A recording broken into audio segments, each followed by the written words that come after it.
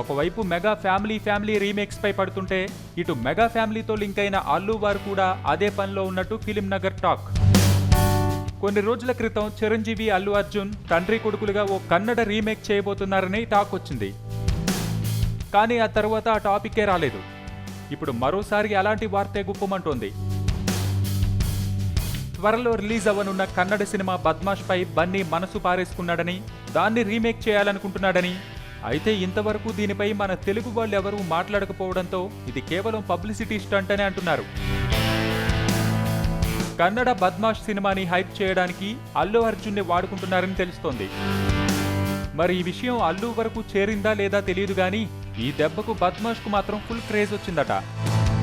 Subscribe చేయడం మర్చిపోకండి. వీలైతే లైక్, కుదిరితే కామెంట్ పెట్టండి. ఇలాంటి ఇంట్రెస్టింగ్ బ్రేకింగ్ బిగ్ న్యూస్ మాకు తెలిసిన వెంటనే మీకు తెలియజేస్తాం. మాతో టచ్ లో ఉండండి.